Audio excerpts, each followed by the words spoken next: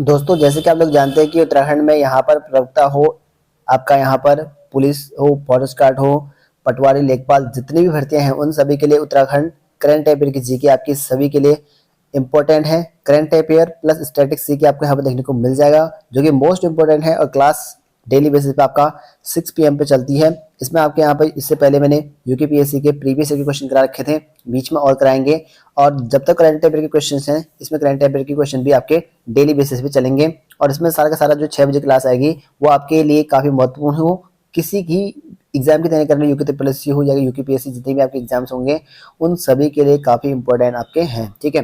तो UK triple के paper तो आपका यूकेपीएससी करा रहा है, आप सभी को जानते हैं। और इसमें हम बात कर लेते हैं आज करंट के मोस्ट इंपॉर्टेंट क्वेश्चन जो हाल ही में रिसेंट अपडेट्स हैं, ठीक है। हाल ही में जो आपके न्यूज में रहे थे इंपॉर्टेंट उत्तराखंड से रिलेटेड, उन सभी के बारे में आज हम इसमें डिस्कस करने वाले हैं।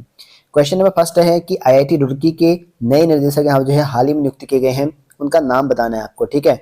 तो यहाँ पर देखिए दोस्तों, इनके नाम लिखे गए हैं और इसमें से आपको बताना है कौन सा इसका सही आंसर यहाँ पर होने वाला है। तो इनके जो यहाँ पर राइट आंसर है वो आपका यहाँ पर कमल किशोर है, जो कि रुड़की आईआईटी के नए जो आपके निदेशक हैं वो नियुक्त किए गए हैं। क्वेश्चन आपका स्टैटिक्स में इस तरह का बन सकता है कि पहला और राज्य का पहला और देश का पहला इंजीनियरिंग जो कॉलेज था उसकी स्थापना कब हुई थी, और या उसकी स्थापना होने के बाद आईआईटी का दर्जा कब दिया गया था। सारे क्वेश्चन आपके आ सकते हैं। तो रुड़की आईआईटी कॉलेज जो कि काफ़ी मोस्ट इंपॉर्टेंट है, यहाँ पर इंडिया का पहला इंजीनियरिंग कॉलेज जो कि रुड़की विश्वविद्यालय के नाम से जाना जाता था। बाद में इसे यहाँ पर 1 जनवरी 2002 को, ठीक है, इसको आईआईटी का दर्जा दिया गया, ठीक है। और इसकी स्थापना भी पूछ सकते हैं कि रुड़की आईआईटी की स्थापना कब हुई, तो आपको बता दो कि 1847 में इसकी स्थापना हुई है। और ये क्वेश्चन जो है कई बार पूछा गया है, क्योंकि रिसेंट में जो भी अपडेट्स आपके हुए हैं न्यूज़पेपर में, जो भी हाईलाइट में रहे हैं, उन्हीं तरह के क्वेश्चन पूछे जाते हैं आपके, कहीं और से क्वेश्चन नहीं बनते हैं। और आपको लगता है कि क्वेश्चन हार्ड बन गए हैं, तो नहीं, ऐसा कुछ नहीं होता। वही क्वेश्चन आपके पूछे जाते हैं जो अभी रिसेंट अपडेट में हो। और याद रखना कि 1 जनवरी 2002 को आईआईटी का दर्जा इसे मिला है, ठीक है। पहले ये इसका नाम इंजीनियरिंग कॉलेज हुआ करता था 1847 में, ठीक है। रुड़की में खोला गया था पहला इंजीनियरिंग कॉलेज जो कि 1847 में हुआ था। उसके बाद 1 जनवरी 2002 को इसको आईआईटी का दर्जा दे दिया गया था, ठीक है।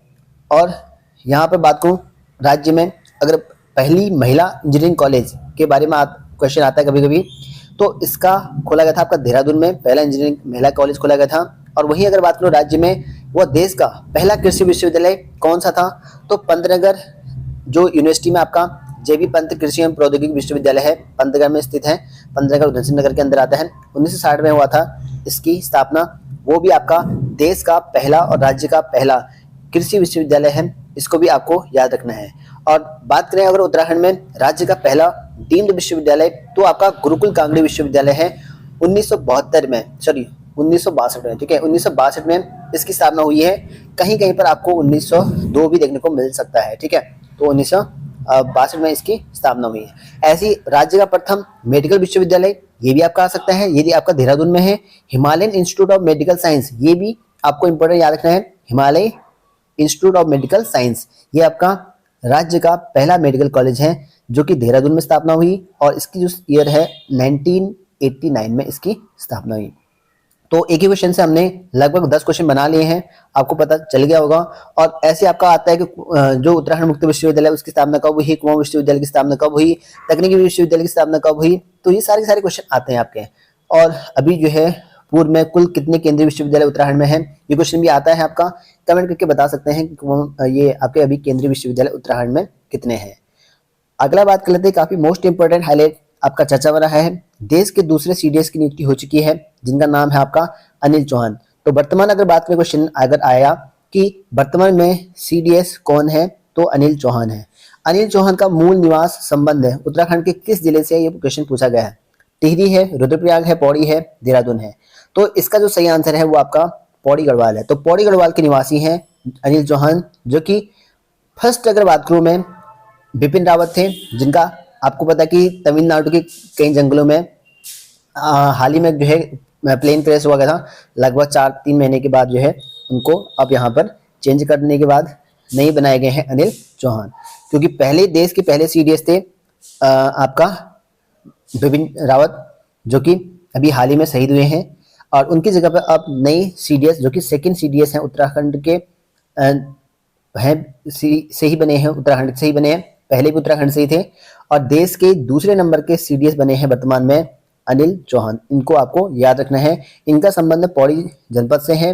अगर बात करूं पहले नंबर के जो सीडीएस थे हमारे, ठीक है, सीडीएस वो किस जनपद से निवास करते थे, ये आपके देहरादून से थे।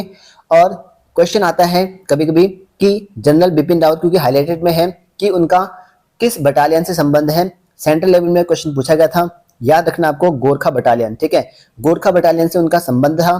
साथ ही अगर बात करूं जनरल अनिल चौहान, तो इनका भी गोरखा बटालियन से संबंध है। दोनों के दोनों गोरखा बटालियन से हैं, दोनों के दोनों उत्तराखंड से हैं, दोनों के दोनों सीडीएस बने हैं। एक पहले बने हैं और दूसरे अभी बने हैं। और अभी वाले जो मूल निवास है वो आपका पौड़ी गढ़वाल है। और भारत के पहले जो है 3 स्टार वाले सीडीएस भी यही यहाँ पर, ठीक है, 3 स्टार वाले सीडीएस, कुछ नियमों भी चेंज कर रखे हैं सीडीएस में, वो अभी अनिल चौहान जी पर पहली बार लागू किए गए हैं।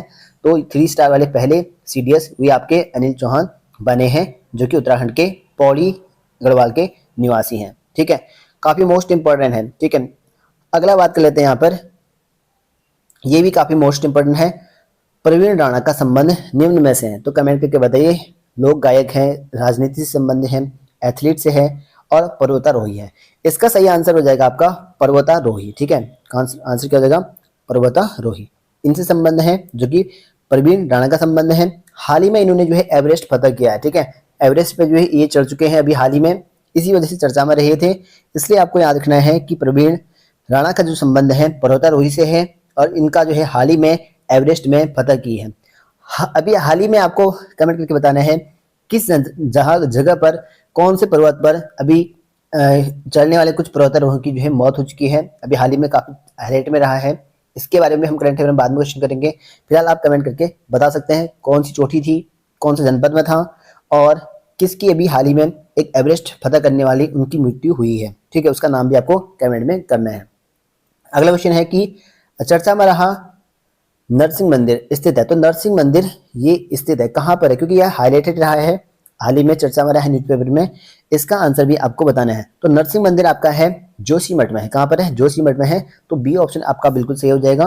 और अगर बात करें जोशीमठ में, तो केदारनाथ सॉरी बद्रीनाथ का शीतकालीन प्रवास, ठीक है, शीतकालीन प्रवास आपका कहाँ पर है, नरसिंह मंदिर में है। क्योंकि अभी यहाँ पर चर्चा में ये है क्योंकि आपके 4 धाम की जो यात्राएं हैं उनके जो कपाट होने की तिथि है वो तय कर दी गई है। और तय होने के साथ साथ यहाँ पर जो है बद्रीनाथ का जो शीतकालीन प्रवास होगा वो नरसिंह मंदिर में होगा, क्योंकि हर बार वही होता है। तो इसी वजह से नरसिंह मंदिर भी हाईलाइटेड में है। और जोशीमठ में, चमोली में इसका नरसिंह मंदिर का ये स्थान है जहाँ पर शीतकालीन में बद्रीनाथ की पूजा अर्चना की जाती है। तो काफी मोस्ट इंपोर्टेंट है, आपको याद रखना है।